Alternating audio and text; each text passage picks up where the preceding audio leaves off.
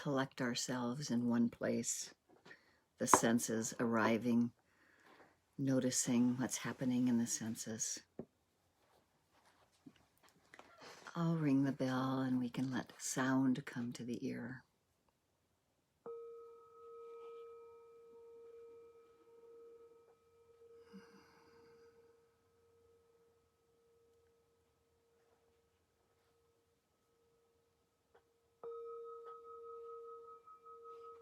Oh, I think my original sound is off.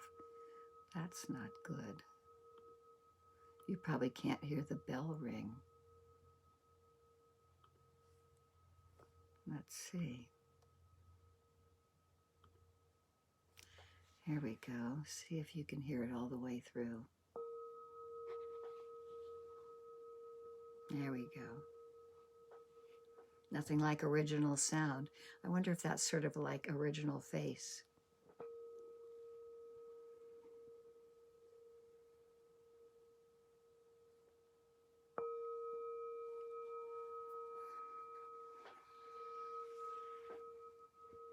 Letting the bell gather us together.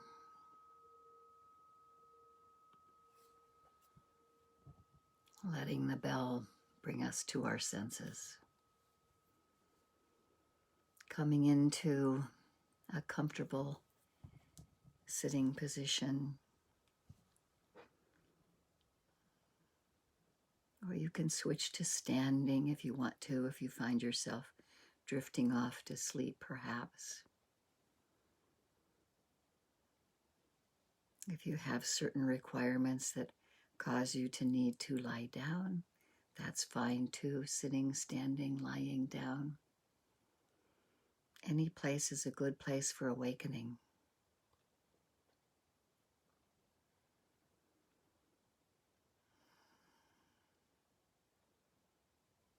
And we begin by acknowledging our presence here with each other, the coming together of the morning Portland Insight Meditation Center sitting, who has been faithfully meeting for a very long time, over a year, probably a year and a half. And I'm very grateful to be with you and sitting with you and being your spiritual friend this morning, seeing your faces. And as we gently let the eyes close or perhaps look slightly down just to let light in, we may notice the sense of hearing. There may be sounds that are far away or close up. And we just allow sounds to come to the ear.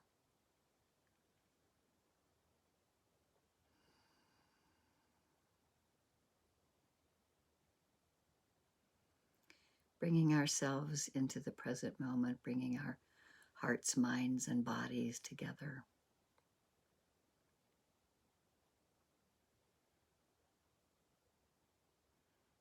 We may notice tasting whatever's present in the mouth right now, just noticing taste and touch. There's the touching of our eyelids to each other, the touching of our lips, the touching of where our arms and hands might be laying.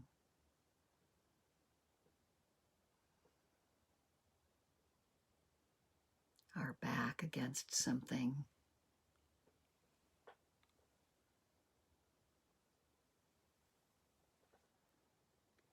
We can feel ourselves settle into our sits bones on our seat, letting gravity be our friend, coming into our bodies. There may be pressure, tightness, tingling, heat, coolness.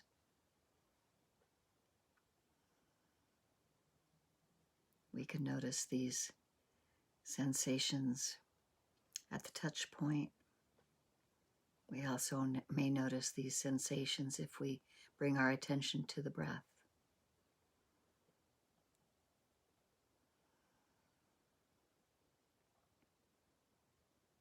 At the nostrils, there may be coolness or warmth, or at the belly, pressure or release of pressure.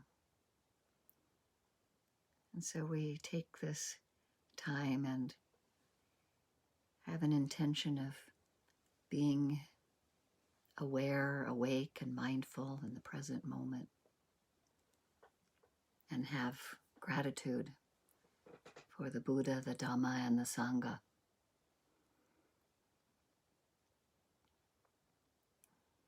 The enlightened one of the current Buddha that we know the most about, Gautama Buddha, and the many Buddhas that were before him, the enlightened ones that found out for themselves how to be free from suffering. And the acknowledgement that the teachings were passed down in many forms, traveled through many countries and many cultures. But the basis of the Four Noble Truths is our bedrock. And having the opportunity to be born human in this lifetime gives us the great possibility of awakening ourselves. And we have the honor of community with each other to support our efforts. And the communities that went before us, the monks and nuns, lay people. Much, much appreciation and gladdening of the mind and the heart to have this opportunity to be present, be with the senses, see what arises clearly.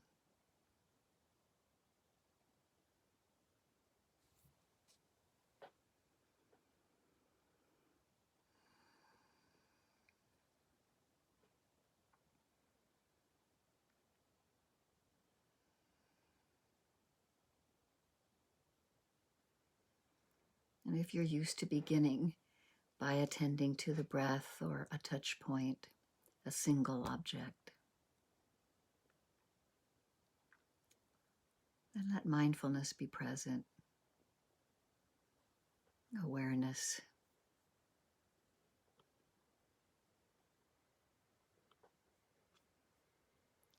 At that point, at that single point of attention.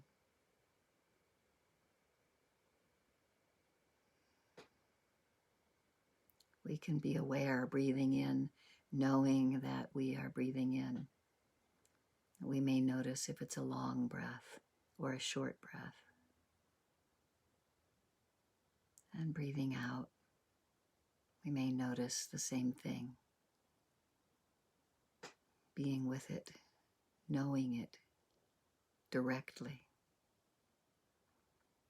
Is it a long breath or a short breath?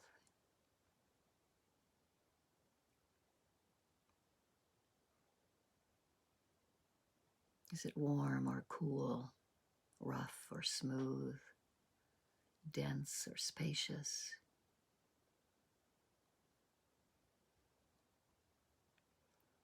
We don't busy the mind to find these things out. We just can employ investigation, interest in exactly what is happening in the present moment.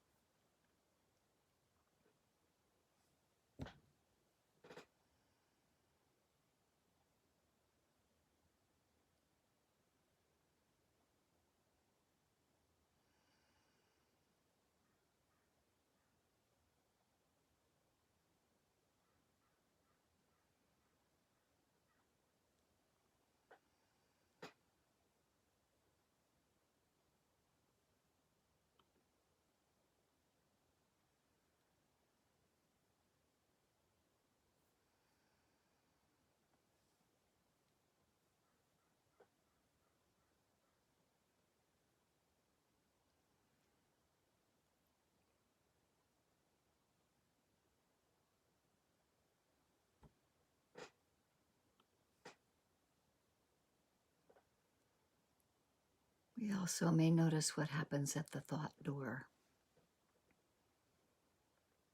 If there are thoughts present, we can just make a soft, gentle note about thinking. If they are persistent, we can notice making just a gentle note. It might be a repeated thought. And so we can just notice, oh, thinking about work, or thinking about my granddaughter, or thinking about whatever it is that arises. Of having a little space between being involved in it and being present with it.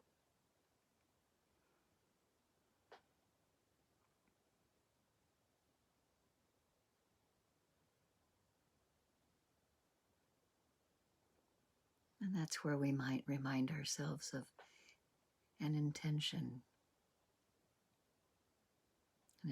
of being kind to ourselves, an intention of being compassionate with the wandering mind or sometimes the aching body. So much to be present with, so much to be aware of.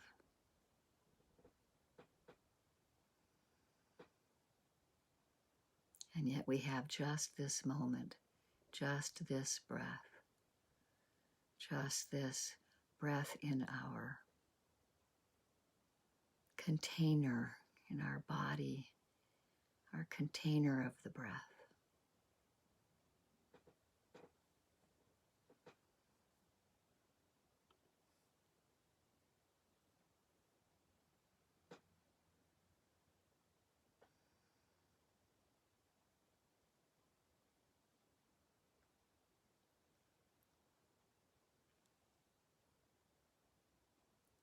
Pema Chodron tells a story, and it's told in many other traditions as well, about a woman running away from tigers. She runs and runs, and the tigers are getting closer and closer. And she comes to the edge of a cliff. She sees some vines there. And so she climbs down and she holds on to the vines. And looking down, she sees that there are tigers below her as well. And then she notices that a mouse is gnawing away at the vine to which she is clinging. And she also sees a little bunch of strawberries close to her, growing out of a clump of grass. And she looks up, and she looks down, and she looks at the mouse.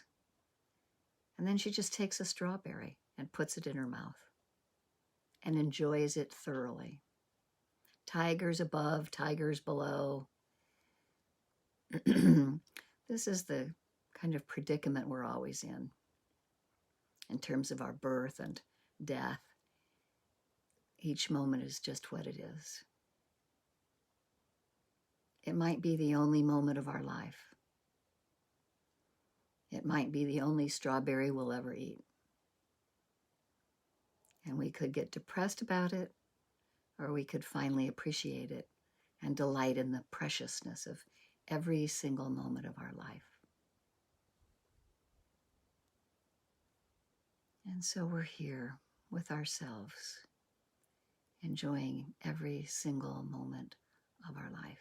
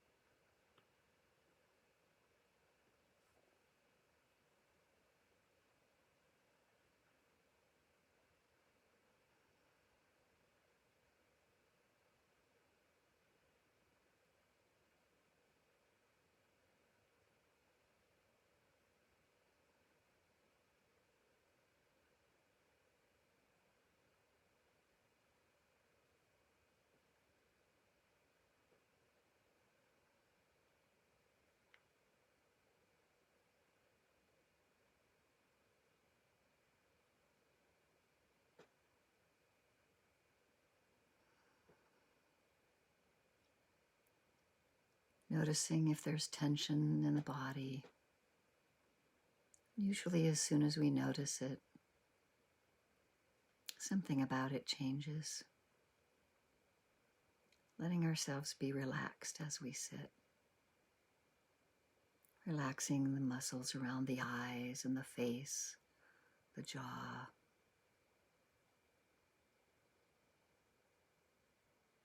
Relaxing our shoulders, present in our body.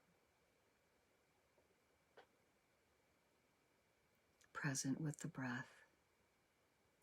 We may notice the beginning of it, the middle of it, and the end of each inhale or exhale.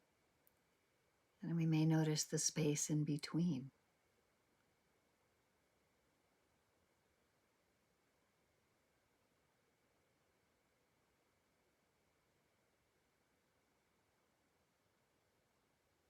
Always changing.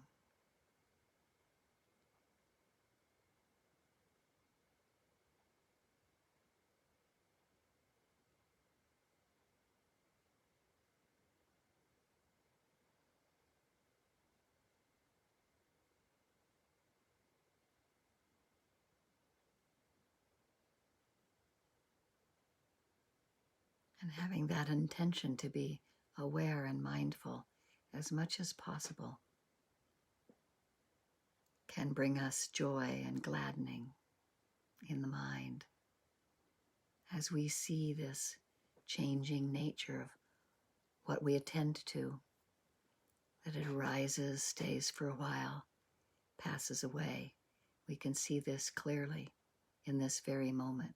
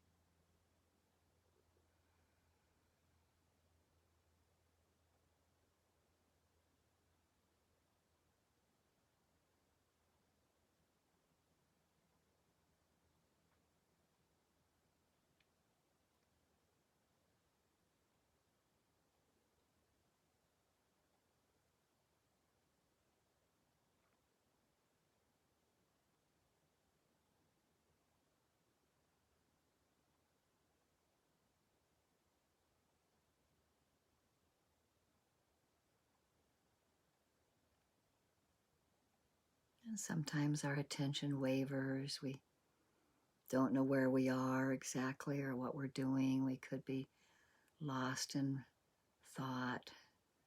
We can just notice when we wake up from that, what's happening right now? What's happening in the mind right now? What's the attitude of the mind? What's the attitude of the heart? Be present. Notice it. It's a moment of awakening. Happens over and over again.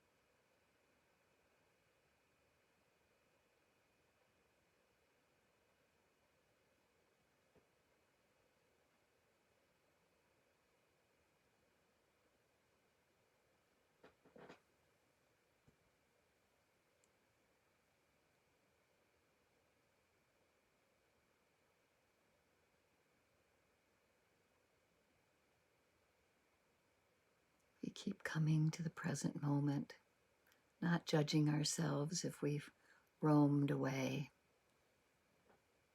We just work with the arising moment, where we are when we are aware. And we have that right intention as our continual aspiration, the intention of being present, seeing clearly.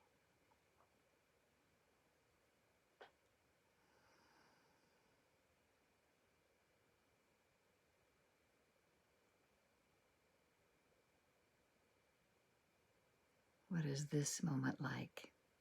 We may notice a feeling tone of pleasant or unpleasant or neutral. We can't really tell.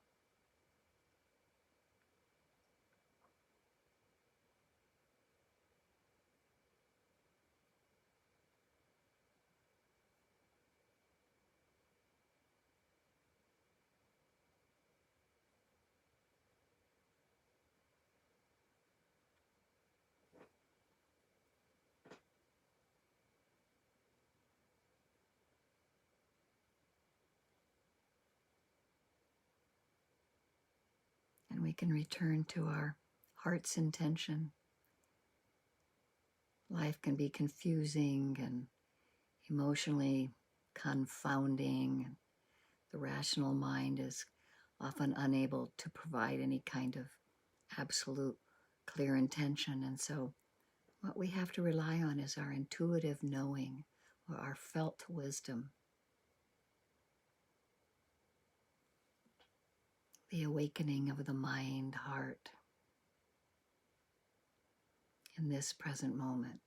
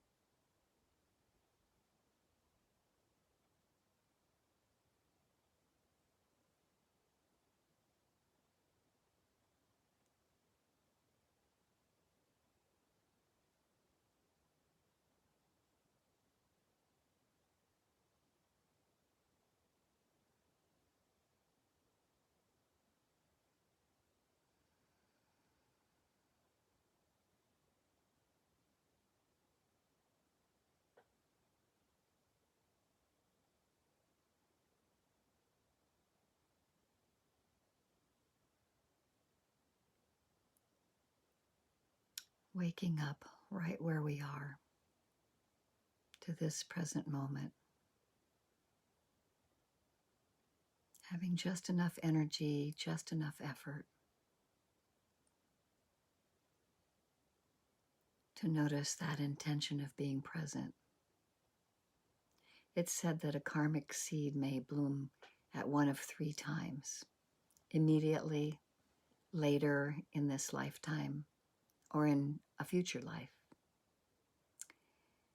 And conversely, what is happening to us each moment is the result of seeds planted in a past life, earlier in this life, or in the previous moment. Whatever our feelings are about past lives, the latter 2 are cause and effect and phenomenon that we recognize as true. But here's a thought to reflect upon that is seldom mentioned.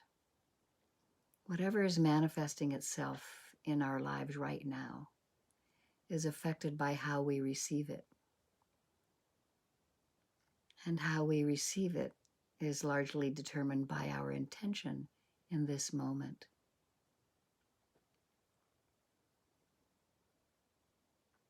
And so we stay mindful as best we can, awake in this moment to the arising and passing away of this moment, and this moment, and this moment, and this moment. Holding ourselves gently, kindly, with joy.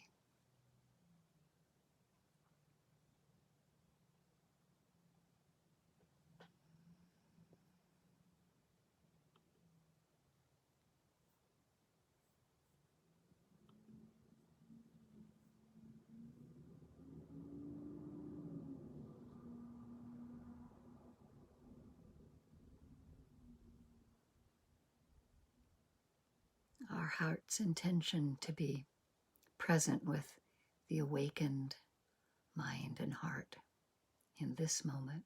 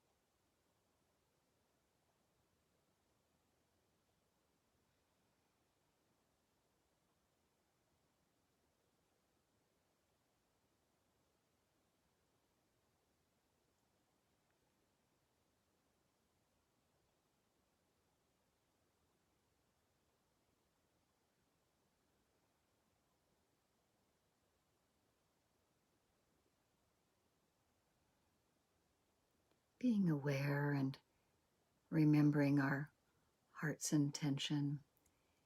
It is like a muscle.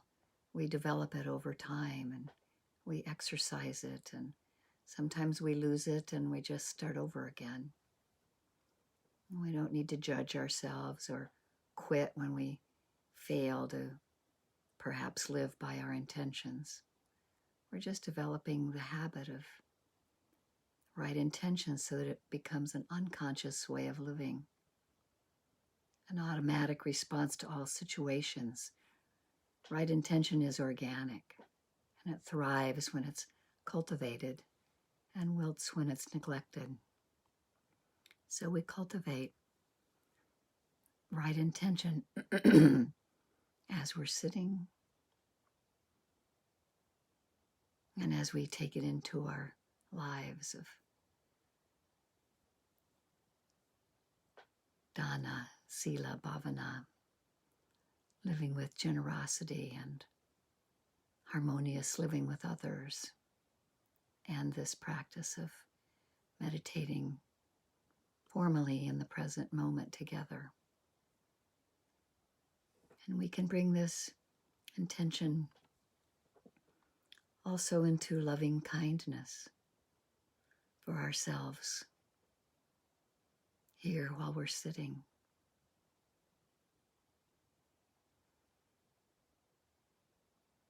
Holding ourselves gently, kindly.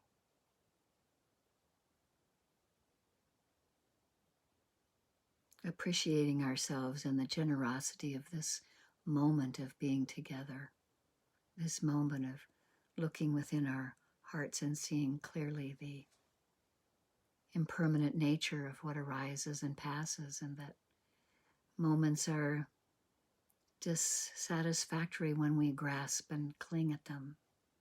And we see that. That brings joy. We can see clearly.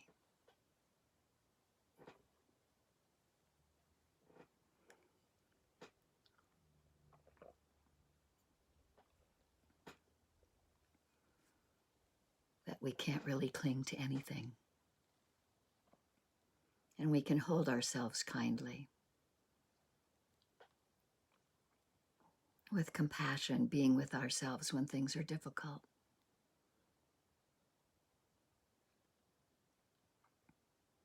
And may we have this same kindness and compassion flowing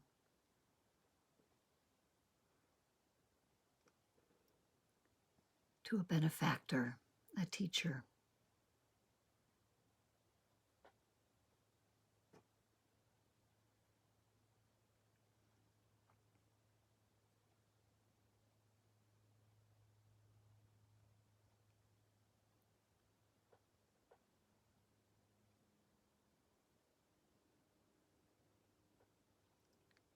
May we incline the heart and mind filled with kindness, well-wishing to a friend, feeling it in our hearts or repeating one of the formal phrases that works for you, or feeling that kind of peacefulness and tranquility, wishing happiness and well-being for your friend.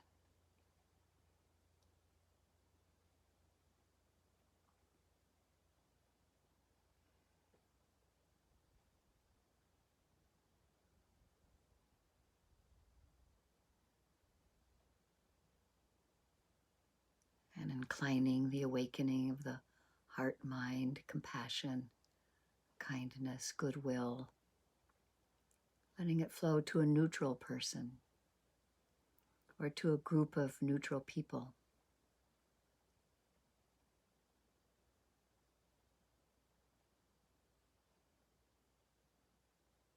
Those who may be ill, those who may be helping those who are ill, sending kindness to those in turmoil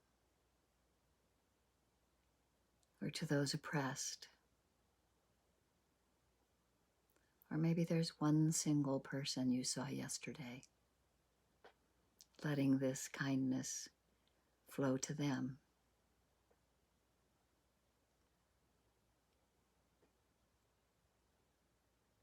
Wishing them to be free from harm, safe and protected.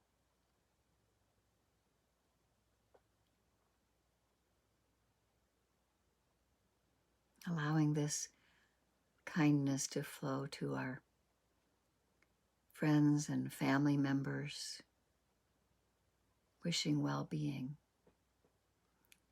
holding them in our hearts. May they be free from suffering, and may they have ease in their lives. The development of this concentration of the Brahmaviharas returns, feeds us, brings us concentration. As we hold in our hearts those known and unknown, seen and unseen, those in sorrow and pain, those in joy, those enlightened and those unenlightened.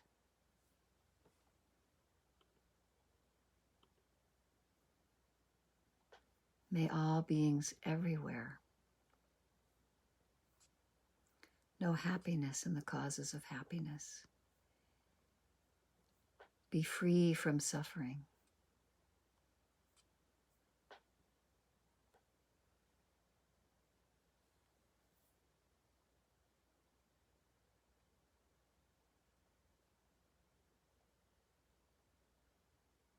May we feel this kindness and goodwill wash over us. And may the merits of our practice, the goodness that we develop in our karmic stream, be shared with all the people that we touch, all the lives that we touch in our hearts and minds and in our physical life. May all beings everywhere be happy. Anicca vata sankhara upadavaya domino upakitawa merchanti te samvapasamo sukho. All conditioned things are subject to impermanence. They arise and pass away. And seeing this clearly with mindfulness brings the greatest happiness, which is peace. And as we hold this intention in our hearts,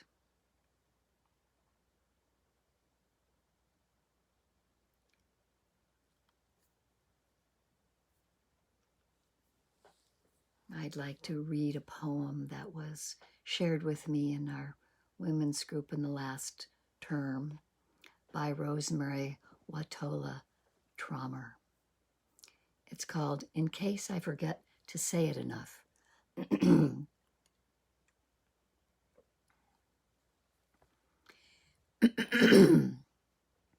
Thank you for this day, made of wind and rain and sun and the scent of old-fashioned lilacs.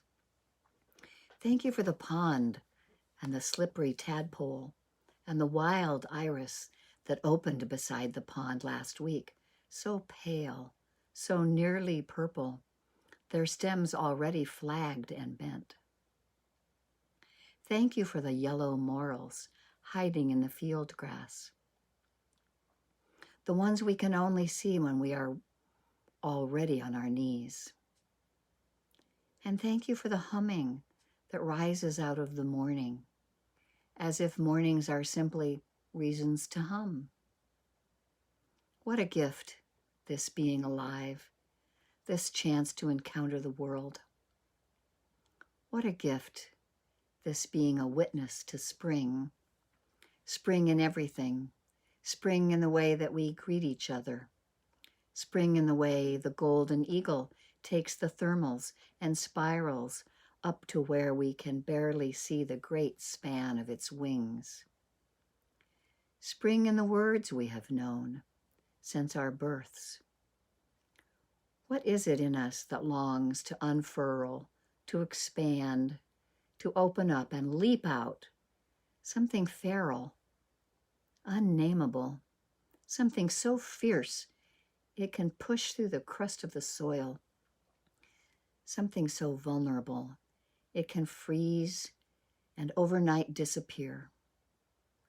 Thank you for this return to exactly where we are, this greening, this bright roar of the river rising, this swooping of swallows, this leafing of lettuce, this now, this yes, this here.